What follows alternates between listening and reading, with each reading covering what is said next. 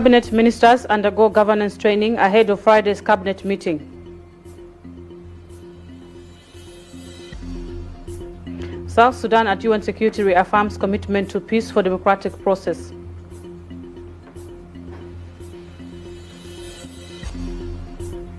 An SPLM calls for cooperation among its members to deliver services.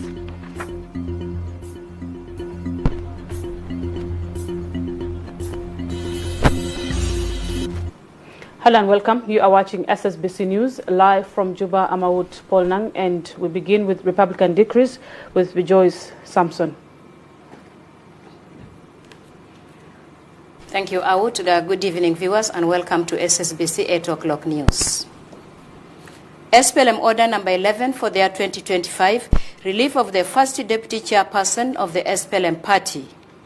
In accordance with the provisions of Article 26(1)(b) and I of the SPLM Constitution 2008 as amended, I, Salva Mayardit, chairperson of the SPLM party, do hereby relieve Comrade Dr. Benjamin Bol Mel as the first deputy chairperson of the SPLM party. Issued under my hand and seal of the Republic of the SPLM party in Juba, this 12th day of the month of November in the year 2025. Signed, Salva Mayardit, chairperson of the SPLM party, Republic of South Sudan, Juba. SPLM Order Number 12 for the year 2025, relief of the Secretary General of the SPLM party. In accordance with the provisions of Article 26(1)(b) and I of the SPLM Constitution 2008 as amended, I, Salva Mayardit, chairperson of the SPLM party, do hereby relieve Comrade Paul Logale Jumi as the Secretary General of the SPLM party.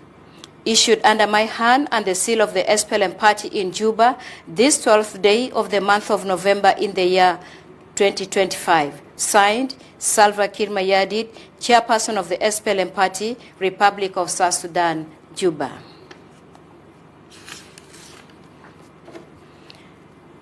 SPLM Order Number 13 for the year 2025, appointment of Secretary General of the SPLM party. In accordance with the provisions of Article 26(1)(b) and I of the SPLM Constitution 2006 as amended, I, Salva Mayardit, chairperson of the SPLM party, do hereby appoint Comrade Akol Paul Kordit as the Secretary General of the SPLM party. Issued under my hand and the seal of the SPLM party in Juba, this 12th day of the month of November in the year 2025. Signed, Salva Mayardit, chairperson of the SPLM party, Republic of South Sudan, Juba.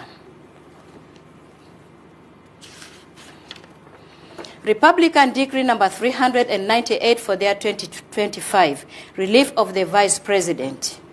Pursuant to the provisions of Article 101D of the Transitional Constitution of the Republic of South Sudan 2011 as amended, I, Salva Mayardit, President of the Republic of South Sudan, do hereby relieve His Excellency Dr. Benjamin Bol Mel from his position as the Vice President in charge of Economic Cluster.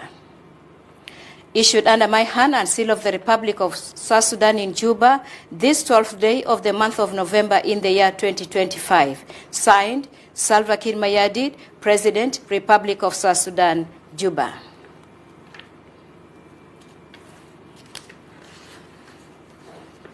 Republican Order Number 399 for the year 2025, relief of the Governor of the Bank of South Sudan.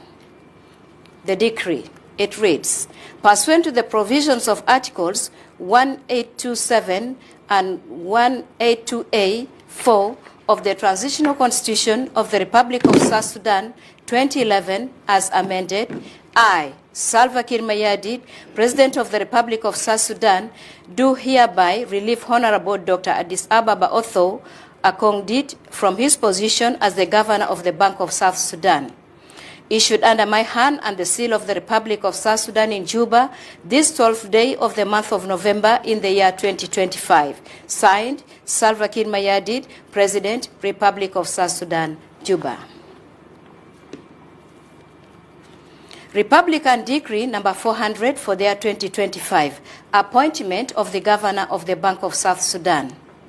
The decree, it reads, pursuant to the provisions of Article 1827 and 182A4 of the Transitional Constitution of the Republic of South Sudan 2011 as amended, I, Salva Kiir Mayardit, President of the Republic of South Sudan, do hereby appoint Honorable Yeni Samuel Costa as the Governor of the Bank of South Sudan. Issued under my hand and the seal of the Republic of South Sudan in Juba, this 12th day of the month of November in the year 2025. Signed, Salva Kiir Mayardit, President, Republic of South Sudan, Juba. Republican Decree number 401 for the year 2025, relief of the Commissioner General of the South Sudan Revenue Authority. The decree, it reads, pursuant to the provisions of Section 18A of the South Sudan Revenue Authority Act 2016 as amended, I, Salva Kiir Mayardit, President of the Republic of South Sudan, do hereby relieve Honorable Simon Akwei Deng from his position as the Commissioner General of the South Sudan Revenue Authority. Issued under my hand and the seal of the Republic of South Sudan in Juba, this 12th day of the month of November in the year 2025. Signed, Salva Kiir Mayardit, President, Republic of South Sudan, Juba. Republican Decree number 402 for the year 2025, appointment of the Commissioner General of South Sudan Revenue Authority. The decree, it reads, pursuant to the provisions of Section 16.1 of the South Sudan Revenue Authority Act 2016 as amended, I, Salva Kiir Mayardit, President of the Republic of South Sudan, do hereby appoint Honorable William Anyon Kwol as the Commissioner General of the South Sudan Revenue Authority. Issued under my hand and seal of the Republic of South Sudan in Juba, this 12th day of the month of November in the year 2025. Signed, Salva Kiir Mayardit, President, Republic of South Sudan, Juba.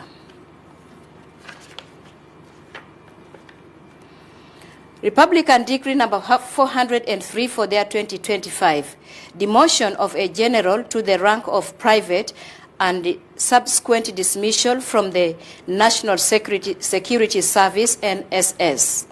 The decree, it reads, pursuant to the provisions of Section 51.4 of the National Security Service Act 2014 as amended, I, Salva Kiir Mayardit, President of the Republic of South Sudan and the Supreme Commander of all the regular forces, do hereby demote General Dr. Benjamin Bol Mel to the rank of private and is hereby dismissed from the National Security Service.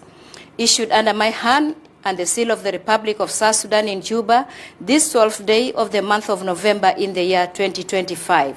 Signed, Salva Kiir Mayardit, President, Supreme Commander of all the regular forces, Republic of South Sudan, Juba. Those were the Republican decrees, and now back to my colleague Awot with the rest of the bulletin, and thank you so much. Thank you, Rejoice Samson. Moving forward with our news bulletin, let's go for a short break.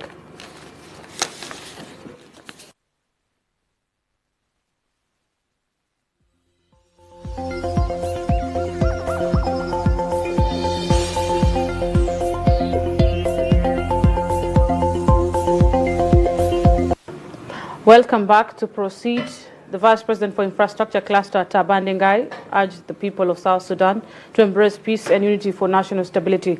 He said this would enable the government to develop stronger frameworks for infrastructure development and attract inauguration of the Ethiopian-owned Speko Construction Company in Juba on Tuesday. SSBC Amir Mayom reports. Construction company has been established to assist in building smart, innovative, sustainable and affordable housing across South Sudan. The company aims to provide solutions to the country's infrastructure challenges and provide the living standards of the citizens. Most importantly, by producing these panels here in Juba, we are reducing our dependency on imports, creating jobs and supporting our local economy.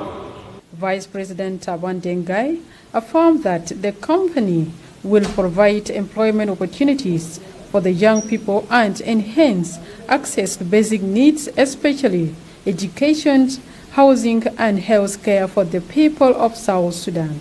Come our talented South Sudanese have a chance of being trained also. We have the technologies in Italy. Business community will make use of it to make motels.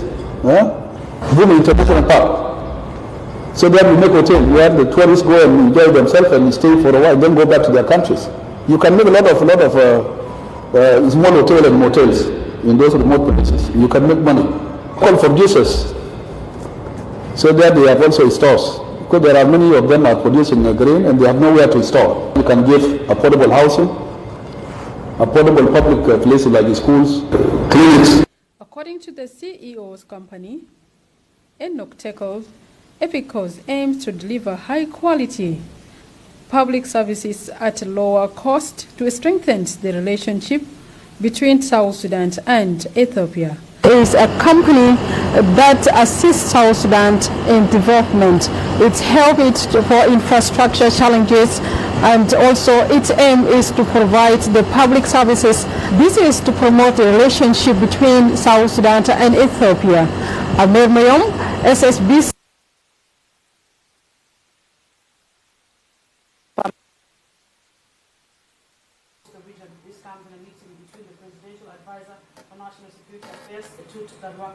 And the government who used the bomb lodgery focusing on general security, political and economic situation in the state.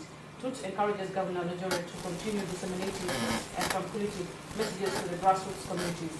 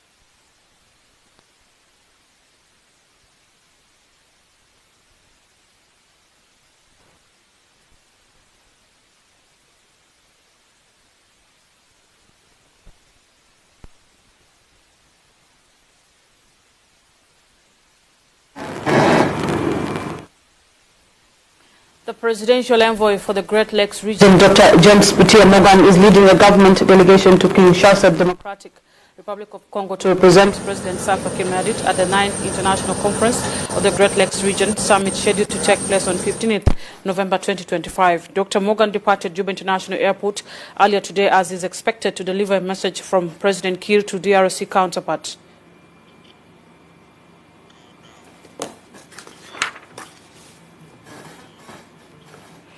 Government ministers, particularly the newly appointed ones, have undergone an orientation session on their responsibilities and decision-making processes ahead of the resumption of cabinet meetings on Friday. The Minister of Cabinet Affairs, Dr. Martin Elia Lomoro, who led the session on governance and decision-making process, emphasized that the initiative is aimed at creating a positive impact on national affairs and ultimately improving the welfare of the people. The reason for this meeting is that we have new ministers who have never been in the cabinet before. We also have old ministers who did not attend any induction. But overall, we wanted to bring ourselves to one page in order to understand governance and how the cabinet makes decisions.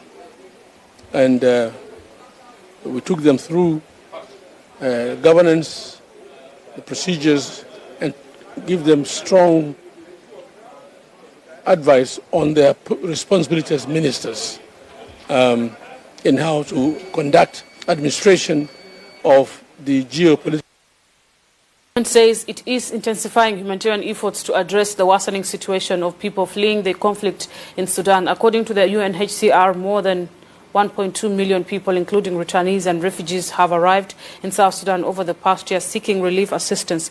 This comes during a meeting between the Minister of Presidential Affairs, African Nomando Gedima, and the outgoing UNHCR representative, Marie-Hélène Varny. Varny conveyed appreciation from UNHCR Commissioner Filippo Grandi to the government of South Sudan for keeping its borders open to those seeking safety, reaffirming the UN's continued commitment to providing humanitarian assistance to both refugees and host communities. The meeting also marked the end of Marie-Hélène Varny's tenure as UNHCR's representative in South Sudan.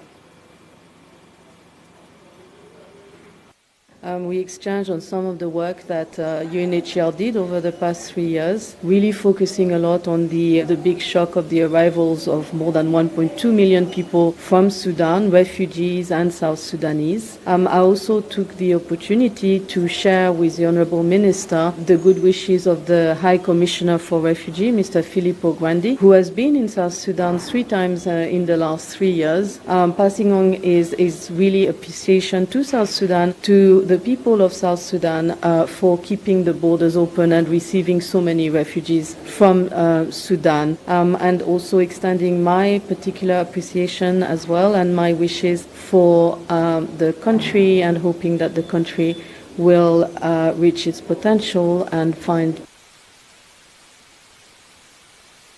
and international of its unwavering commitment to implementing the revitalized peace agreement for national stability and sustainable development.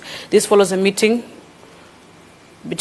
between the Minister of Foreign Affairs, Mandes Maya Kumba, and the Special Representative of the African Union, Ambassador Abdiweli Mohammed, in Juba on Wednesday. The meeting centered on strengthening the bilateral relationships between the government and African Union, with a focus on collaborative efforts to achieve lasting peace and national development. We discuss the importance of relationship between African Union and the government of South Sudan to work closely with the minister and the government of South Sudan to achieve peace, stability, and development. I'm here to help the government and the people of South Sudan to achieve peace and stability, and to work hard for the people.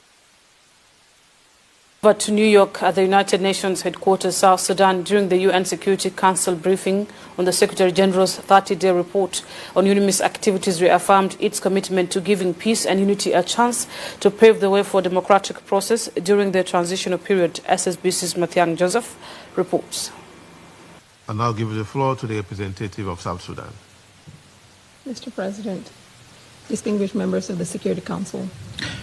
The United Nations Security Council convened a session to review the Secretary General's 30-day report on the United Nations mission in South Sudan, UNMISS, as the country prepares for the general elections scheduled for December 2026 at the conclusion of the transitional period. And the civil society During the briefing, South Sudan's permanent representative to the United Nations, Ambassador Cecilia Adud-Manyok, reiterated the government's firm commitment to implementing the revitalized peace agreement aimed at achieving credible and democratic elections in the country.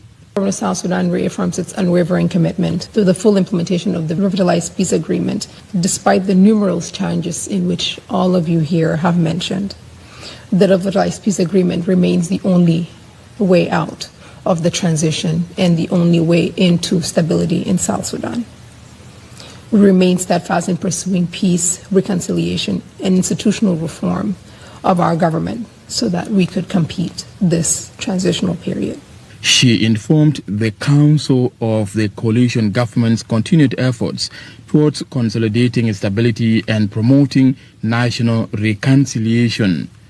Adud stresses that the coalition government prioritizes dialogue, institution-making, and democratic reforms to ensure a peaceful and inclusive transition, but underscored the need for continued international support to sustain these efforts, including the unification of armed forces, judicial reform, and the establishment of key transitional institutions.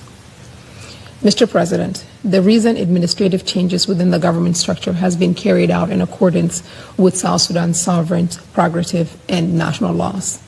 These adjustments are intended to enhance efficiency, promote accountability, and ensure stability during the transition. We categorically... According to Adut, South Sudan remains committed to working closely with the United Nations, the African Union, IGAD, and other international and regional bodies to ensure that the peace process advances in a stable manner. Reporting for SSBC News, Mathiang Joseph. The government is engaging post holders, civil society organizations, community leaders and international partners in charting the course for local governance reforms in the country. Victor Elias files the following report on the program.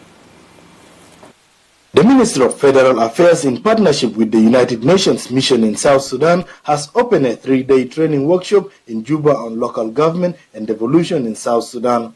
This program, drawing participants from the Transitional National Legislative Assembly, local authorities, chiefs, civil society organizations, and representatives from the political parties, is being run with support from Japan International Cooperation Agency, VNG International, and GIZ. Over the next few days, the forum will discuss pathways to strengthen governance, decentralize power, and promote peace and development across the country. In his opening remarks, the Minister of Federal Affairs, Losuba Wongo Ludoru, emphasizes the importance of local government reform in promoting peace and development. Improving local service delivery is not merely an administrative task in the local government level, but it is an important step towards building peace and also ensuring that there is a level of inclusivity and the national development as such as building cohesion with the communities.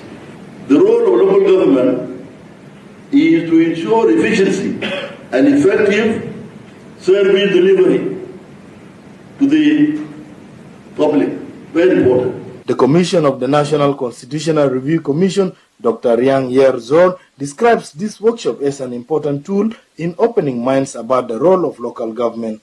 This workshop at this time is very crucial because it serves to refresh our memory and reinforce our understanding of the role of local government, which is public service delivery, especially under the current decentralized system of governance. The mandate of local government board is to oversee, coordinate, and support local governance institutions to ensure they deliver essential services effectively to our community.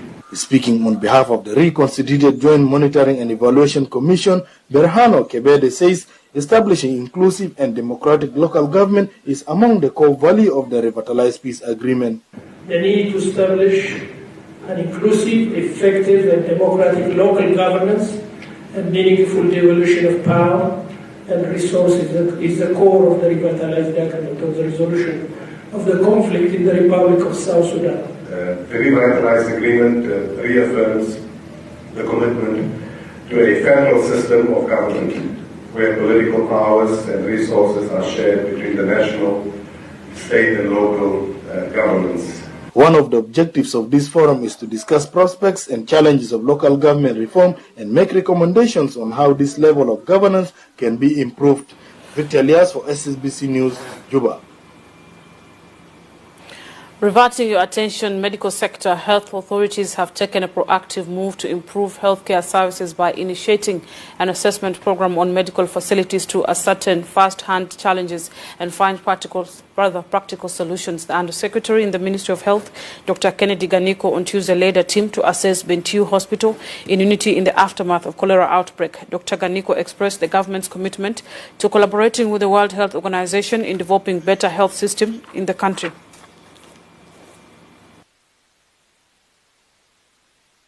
Because this is part of the midterm review of the HSTP, which is the Health Sector Transformation Project. It is for 3 years. Now 1 year has gone.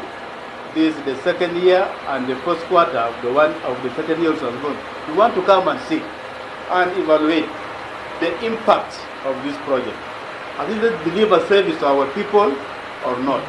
Is the state government appreciating what this president has done or not? I will assure you, the key areas that you have mentioned, the issue of the incentives, the issue of the consignment, I want to assure you, towards the end of this month, you are going to receive the consignment. Also ask World Bank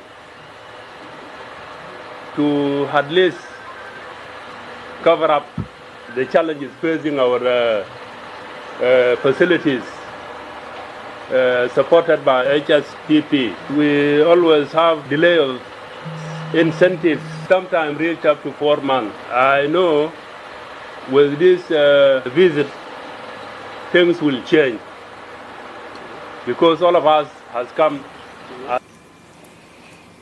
Central Equatorial State Security Committee, chaired by Governor Rabi Mujung Emmanuel, summons the Director General of the State Drugs Control to answer queries on increased consumption of drugs among the youth. The security meeting held at Luripayam in Juba County on Tuesday also reviewed the general security situation across the state.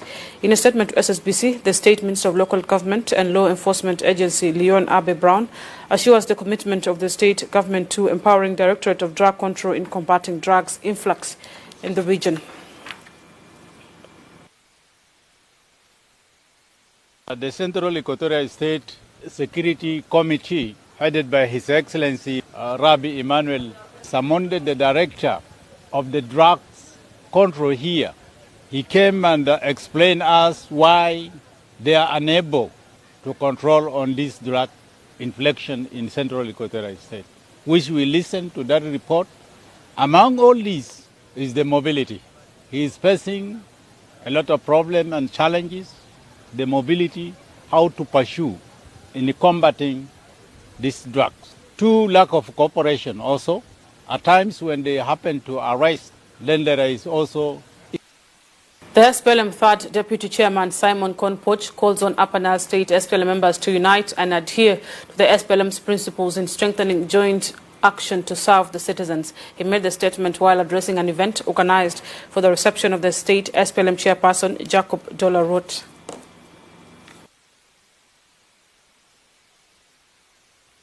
It is us as PLM ready to make it work in this country so that we develop policies. We develop policies to executive. And I advise you, as a member of the Secretariat, the chairman, the deputy, the secretary general, sit down, come up with a more document, rearrange it as a policy statement for the executive to work on. Because if you don't do that, you will not be oversighting the executive. I call for all SPLM members who are gathering here, the cadres, the supporters, to rally behind Dolaru. Let us uphold discipline and to recommit ourselves to the values of service and sacrifice. I want to assure you and the rest of the comrades, I accept it to take this responsibility with humility and dedication. I will make you proud. And I want to send this message to our senior comrade, Uncle Simon Cook, comrade. And that finally brings us to the end of our news hour. Thank you for tuning in. I'm Awut Polnang. Till next time.